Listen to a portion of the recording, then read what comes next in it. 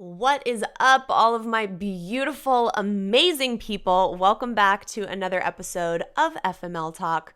Y'all have been asking me from the very beginning of this damn podcast to do an episode of shit that I left out of the book. So grab a frickin' cocktail, sit back. We are about to give you exactly what you've been asking for. Welcome to FML Talk. Oh my god. Wait, how old was the other girl? 19. Can you believe that shit? Hey, this is Gabrielle Stone. Good book? He did what? 48 hours? What a dick. Yeah, but have you seen all the photos on our Instagram? And this is FML Talk. Oh, no, she didn't. So as you all know, I am currently writing book number 2, and it has been a wildly different experience for me. Obviously, I wrote Eat, Pray, FML mostly while I was on my Europe trip. I wrote 3/4 of it on the actual trip in my journal by hand and finished it when I came home. The whole thing took me about 3 to 3.5 months to write. This second book is a fucking doozy. So the second one obviously starts when I get back from Europe. It goes all the way to the end of 2019. So not only is it, going deep into the depths of my own memory, trying to remember conversations and piece together dates of when certain things took place, but it's also having to open up and relive all of those memories. Some of which are really, really fun, and some of which are really painful, especially because, I'm in a very healthy and happy relationship now, and it took us a while to get here, and it definitely was not a smooth sailing ride to get to where we're at. And now I'm having to go back and go over the things that I'm not so proud of and things that really hurt me from different people and things that I did that might have hurt people. It's been a really different and interesting experience. For example, I was writing a chapter the other day and I was pretty much finished with it, but it was at this moment where I was standing in the middle of a grocery store to purchase something, and I had this realization at the time that while I was in this entanglement, we will call it, with someone, that I was fully thinking about someone else and the safety and protection that I felt from that other person. And having this realization and then writing about it, especially being where I'm at now, was so heavy for me. And I just burst into tears. Tay came running into the room and was like, "Oh my God, what's wrong?" And it really made me realize how much of a journey these last 2 years have been. Not only in my relationships, but in the way that I handle things, in the way that I process things. And although I don't know when exactly book 2 will officially be out, just from writing it and the therapy I've been getting from it, I'm really, really excited to be able to share that with you all. So I thought today would be the perfect time to dive into the shit that I left out of Eat, Pray, FML. Now, before you guys are like, "Oh my God, we're about to get all the juicy drama," there is some things that fall into that category. But when I say that I wrote this book as real and honest and authentic and raw as I possibly could, I really did. The big monumental stuff that was so life-altering for me, that's all in there, you guys. So we're going to get into the stuff that didn't make the final cut. Some of it is hysterical stuff that I wish I would have kept in there. Others are little tidbits that I didn't realize would be so important or controversial that ended up being that I wish I could go back and write about. And other things that are some dirtier details that for legal reasons I chose to omit, if you will. So to start this journey of the stuff left out of book 2, we're going to start from the very beginning. And at the very beginning, unfortunately, was my ex-husband, Daniel. So there were a lot of things that I chose to leave out, mostly for legal reasons. I had a lot of proof on my end of things that he was doing, supplements that he was taking, things that his parents knew about for a lot longer than I think is morally okay. And none of that really drove the story forward. So I chose, to only include the stuff that really was necessary to grasp the gravity of the situation and the depth of the cheating that was going on. The other stuff, it just made him look worse. And that was never really my goal in doing any of it. I actually was never even going to really write in detail about the divorce chapters. I was going to be like, look, I got divorced, he cheated on me, it sucked, and then this all happened. Because as you know from reading Eat, Pray, FML, it's not really about the divorce. It's about, the journey I ended up going on after all of this went down in my life. It wasn't until I so clearly remember going to dinner and I sat down with one of my girlfriends and was talking to her about the book and said, I'm not really writing a whole lot about the actual divorce. And she slammed her silverware down and she was like, Gabrielle, what do you mean? That shit was like a fucking episode of CSI. You have to write about how you found everything out. So it was because of her, shout out to you, Summer, I love you, that I went back and wrote about all of it.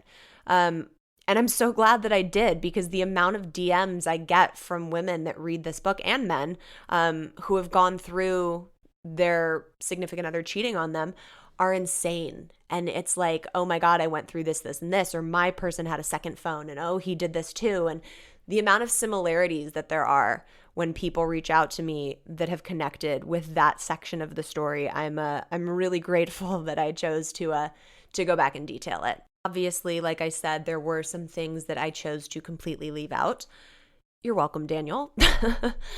But there was one entire weekend that didn't make it into the book. I had written an entire chapter that came right after he left to go on his coaching job and before I had found out all the actual hard evidence.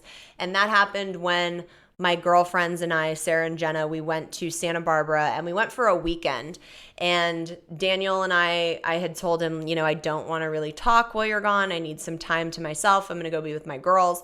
And when he had left to go coach, we had kind of agreed upon a couple rules, if you will, because we had just gone through all of these like shady messages coming in on his phone and this big fight that had erupted. So he had promised me that he wouldn't be partying. He wouldn't be with women outside of like the hotel that he was staying at and like his friends that were going to be there and the other coaches, and that he wouldn't be drinking, and that he would be there to work and to coach because of all the recent infidelity questions that have kind of arisen at the time. So the first night in Santa Barbara, my girlfriends and I go out. We have like an awesome dinner and are just really enjoying spending time together. And towards the end of the night, we're walking to go grab a drink at a bar, and I made the mistake of going on my Snapchat at the time. And I clicked on one of the other coaches that was there with my ex-husband, and it was a photo of him sitting outside with his legs crossed up on the table in front of him with like 2 empty tequila bottles, and it was at 2 a.m. And immediately I was like, okay, this is not fucking okay. So I texted him and was like, yo, dude, what's going on? Why, I thought we had made this agreement, and like, why is she putting pictures up on her Snapchat of you drinking at 2 a.m. And of course, immediately after that, the photo comes down, and it just spiraled into this whole shit show. I ended up touching base with one of the other coaches where he actually confirmed that my ex had been having some type of weird flingy relationship with the girl who had sent that message to him the night before he left.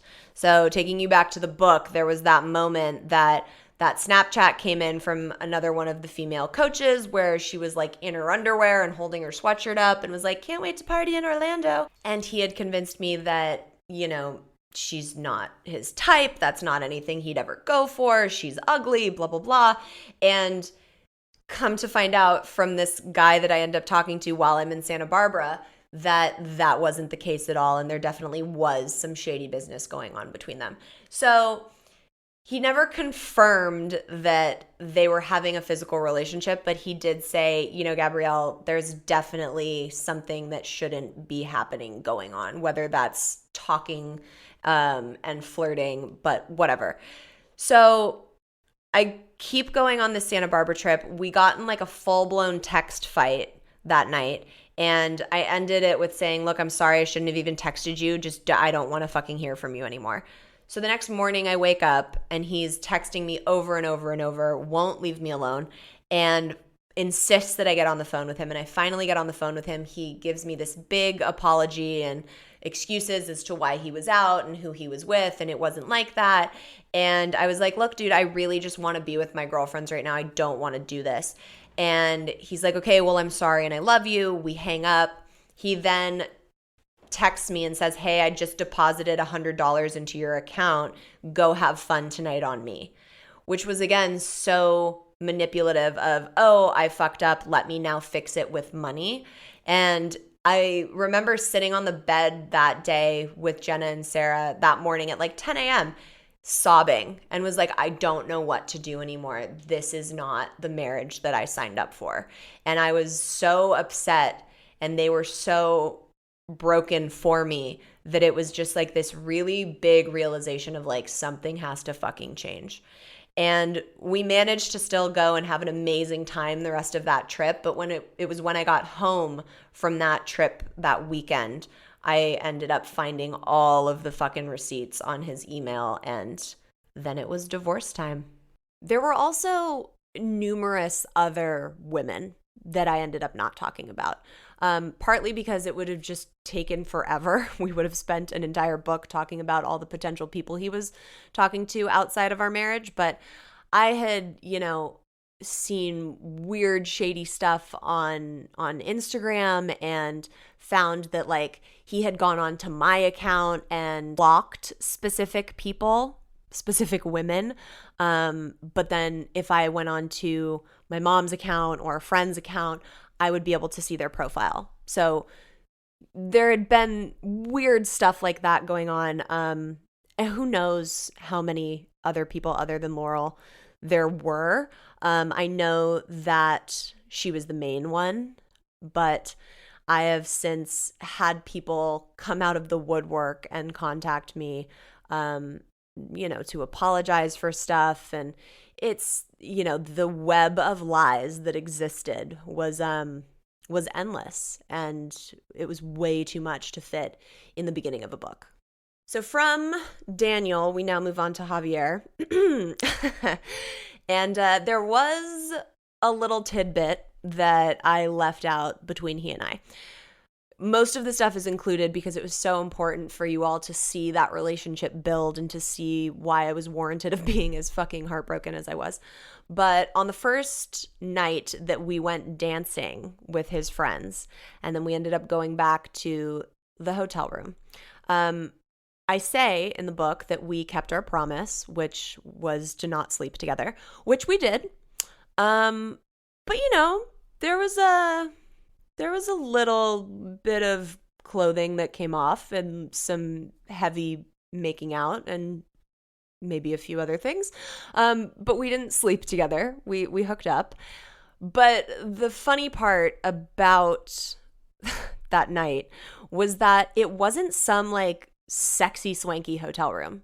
We were on Ventura Boulevard after he brought me back to my car, and we had made this decision that we wanted to go to a hotel and like stay, together for the night at like 1:32 in the morning. So options were limited. And he Googled the closest hotel on his phone. It was literally a half a mile down from where we were on Ventura. And it was not super upscale is putting it nicely. It was a little janky. Like I would never want to walk in there with a black light to see what exactly has gone on in those rooms. But we ended up going there and, spent the whole night talking and really like bonded and connected that night. But there was a little bit of hooking up, and the ridiculous part of this story that was left out from the book was that the following day, when we were texting back and forth, we both came to the realization that we had each, this is so fucking embarrassing, left our underwear in the trashy ass hotel room that we stayed in. I think mine was like a red thong, and it was really cute. And I remember being pissed off that I had left it and lost it. And I remember both of us laughing, just being like, wow, not only are we like, let's go stay at a hotel and, hook up for the night, but we also then leave our fucking underwear behind. Like, how trashy can we possibly be? Another thing that I left out from the book, where if you follow me on Instagram, you know that I regret leaving this out, is the fact that I sold my wedding ring to take this Europe trip. By no means after my divorce was I financially able to do something like that. And it was when Javier had invited me on it, I made it a point that I wanted to pay for it myself, and I bought my ticket, and I was like, okay, if I'm going to take this trip, I have to figure out how I'm going to have money to do that. So I ended up selling my engagement ring and my wedding band. I got $5,000 for both of them. I sold it back to the same guy, the jeweler that made them. And that was the money that I used to take my Europe trip. That whole trip only cost $5,000. For some reason, when people see it in videos and stuff, they're like, oh, it must be great to be rich. And that whole trip was $5,000, and I was there for a month. Europe is pretty cheap when you do it right and you travel around once you're there. So I wish I could go back and write about that. For some reason, when I was writing the book, I didn't think, oh, I need to make sure people know that this is how I manage that. I didn't think it was a necessary thing, but, here we are. Once I was in Europe, this is one of the things I wish I could go back and probably add back in because it's so goddamn funny. And when we were editing, my editor looked at me and she's like, Gabrielle, we don't fucking need this. This has nothing to do with anything that's going on. But I think it's fucking hilarious and I love it. So I dove deep into my archives of old original writings and pulled the chapter for y'all to listen to. I low-key wish I would have left it in the book, and Emma and I talk about it often and laugh our asses off. So here we go. Once Emma and I got home, we needed to relax a little bit before heading to dinner. Do you want to see the most ridiculous show? She asked. Okay. I said, not sure what I was getting myself into. Let me tell you, whatever I could have imagined, it was so far beyond that. Apparently in Europe, they are way more relaxed with nudity on television, and I knew this. However, this show that airs in the middle of the day was so unbelievable, I literally just sat there with my mouth wide open the entire time, only closing it to repeatedly say, I cannot fucking believe this. Let me try and explain. It's a reality game show. Different episodes have different main contestants. Sometimes they're male and sometimes they're female. Said contestant will be fully clothed and standing with the host. Let's say, for the sake of explanation, it's a woman. The woman and the host stand together while 5 male contestants stand behind fogged glass doors where you can only see their shadows. Then, each round, the woman contestant gets to see a quarter of their body. Their naked body. So round 1, she can only see from their feet to their knees. No big deal, I guess, although how you can judge your potential soulmate on their feet is beyond me. Nevertheless, she eliminates 1. Then the doors raise up higher. What's the next level up from their knees? Yep, full-on dick and balls. Let me take a moment to remind you, this is Europe, so very uncircumcised, flaccid penis is just hanging out. She then has to eliminate another one. Can you imagine being the poor dude that gets cut on that round? Fucking brutal. Then the door raises another level so she can see their chest and arms. Mind you, this entire time, the woman contestant is casually talking to the host about these men while they can hear everything. Well, I usually like less of a bush down there. I mean, come on.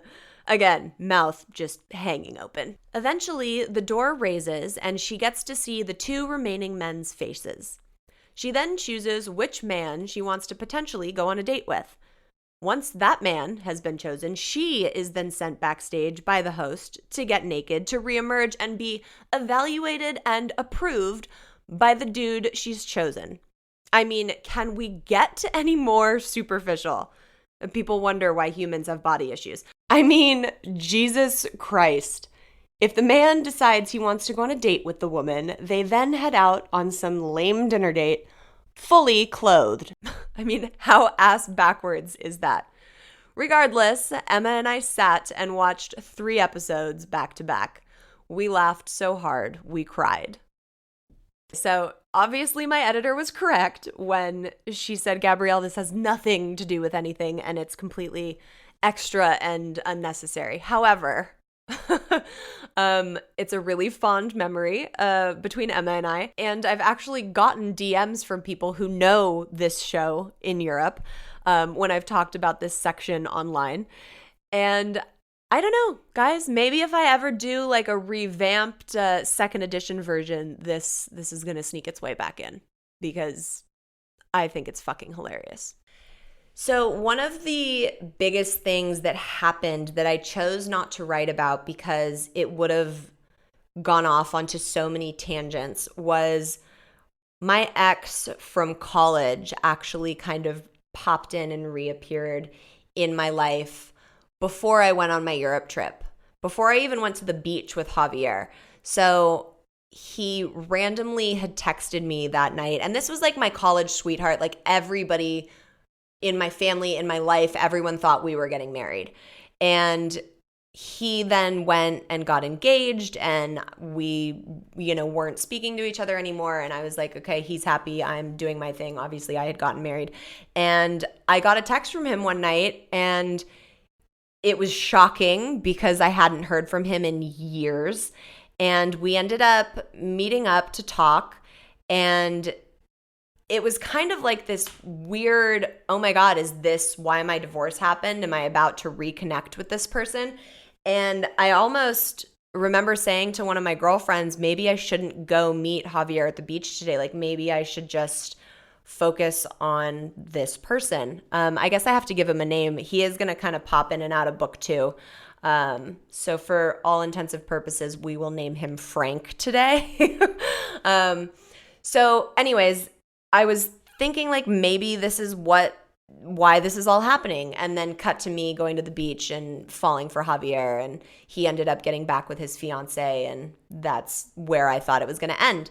When I landed in London, I started getting a bunch of text messages from him, and they were like kind of dirty. Like they were very sexualized and very, you could tell, like missing me in a sexual way. And I remember saying to him, look, dude, I am not ready to enter into any kind of relationship right now. I have just been through the fucking ringer. And I was open with him. I told him about all of the divorce stuff. He knew about Javier and that whole shit show. So he knew what I had just been through. And I was very stern and like, yo, you can't, if you want to talk as friends and be friends, that's fine. But I'm not trying to like be in any type of sexual or romantic relationship right now. And he respected that. And we talked for maybe 3 days that I was in London. And then finally I was just kind of like, okay, I'm going to focus on my trip. And he kind of faded off. And it was an interesting experience to have another one of my exes come like knocking at my door when my life was fucking erupting in front of my face. And he definitely is, you'll read about him in book 2, and he pops in every now and then. And it was something that I thought about writing and kind of giving a little bit of backstory into mine and his relationship from college, but it really wasn't a big enough storyline to include in FML. So the only other thing that I didn't include in the book was my last night in Rome. And it was because it didn't really add anything, and the way that the last Rome chapter ended kind of just segued really beautifully into the start of San Vito. But my last night in Rome, I met this super cool dude at a hostel, the hostel that I was staying at. And I came home and we talked for a couple hours on the patio, and he was just a really great guy. And he shared some of his life story with me. He had gone through a family member of his being murdered, and it was just really heavy, and we connected on kind of that, like, we're here to soul search because our lives are so fucked up level. And we ended up going to the market in Rome where all of the restaurants are. It's like a big food court, but it's all like amazing, authentic food. And I swear to God, we went to 4 or 5 of the little restaurants in there and ate different things and got gelato. And I almost considered that night, not that I had any romantic feelings for him whatsoever. Like, he was just a very fun dude. But up until I met him, my experience in Rome wasn't fantastic. It was more in my feelings and not having a ton of fun. So for a moment, I almost considered making my flight to San Vito a day later and staying and doing a day in Rome with him and kind of like adventuring around. But it was a little late to make that call. And, you know, it was something that I didn't feel the need to put into the book, because it would have just been more of like, and here we go, guys, I'm meeting this cool dude and I'm eating a lot, and then we're going to go to San Vito anyways. But he was really, really cool, and it was a nice like ending to the bad taste that I had in my mouth from my couple days in Rome. So there you have it, everyone. That is officially all of the stuff, all of the details that you didn't know from Eat, Pray, FML. I going back and looking through all of my notes and like kind of digging back into what I wrote about and what I left out was actually a lot of fun for me. So thank you guys for pressuring me into going down that rabbit hole. All right, y'all, it's that time of the show. We are going to dig into your FML stories. Here we go. Hi, Gabrielle. My name's Caitlin, and this is my FML. So I got married at 22 after my husband joined the military. We weren't living together, and we were fighting because I had suspicions he was cheating. Fast forward a few months, and I find pics of other women on his phone. He swears they were being sent by other sailors. We go to couples therapy with a priest, and my ex wasn't religious. Swears he wasn't cheating, and if I can't believe him, I should go to therapy. I go to therapy. That doesn't work on its own. I'm encouraged to go on psych meds, which he fully supports. And finally, with therapy and meds, I feel okay. Every time I go off the meds, I think he's cheating. Flash forward another 3 years. We just bought a house together. We successfully got pregnant. And 20 weeks into the pregnancy, I find out he was cheating with 2 women while we were buying our house and trying to get pregnant. One was 19 and he was 34. I find his secret email account that he's had for years and find out I was right the whole time, and he'd been cheating since about 2 weeks after we got married with multiple women.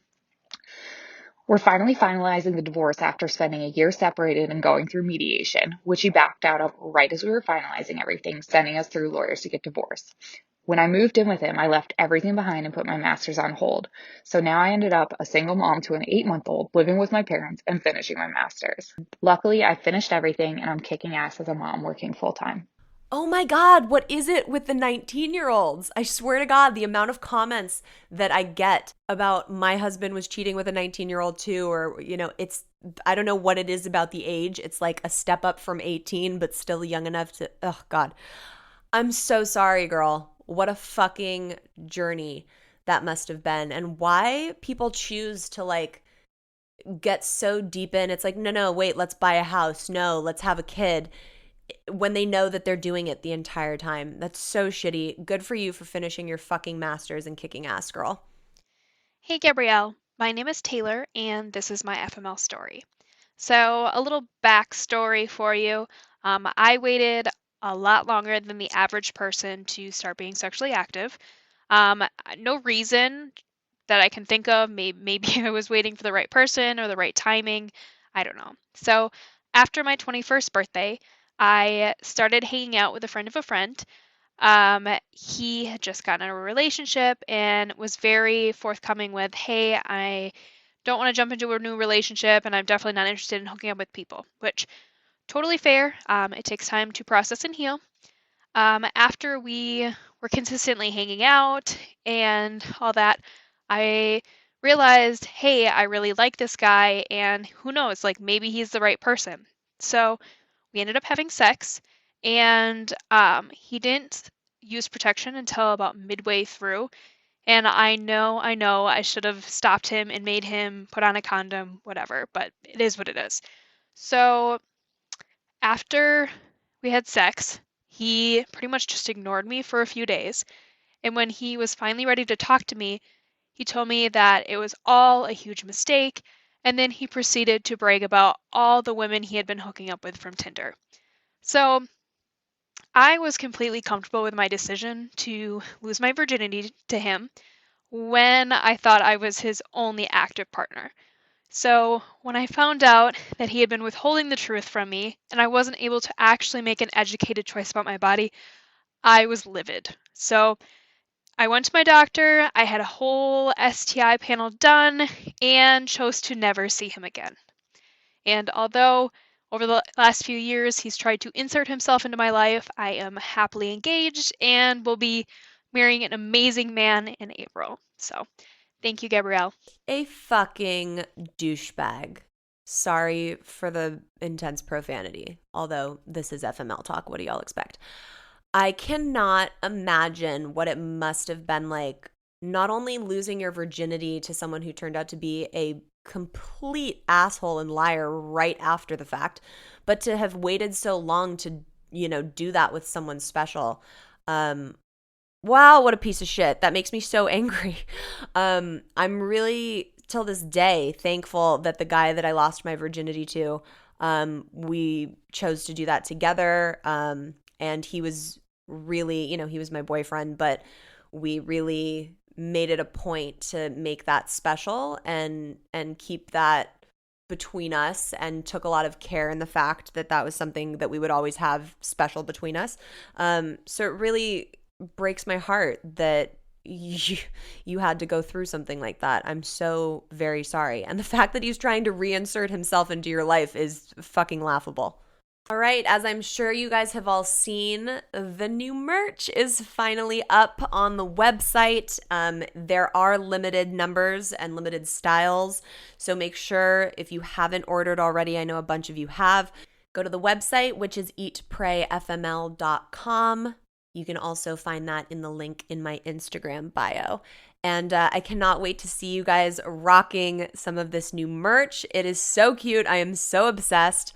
And we're going to be doing a really big giveaway in February, which you will need some of that merch to participate in.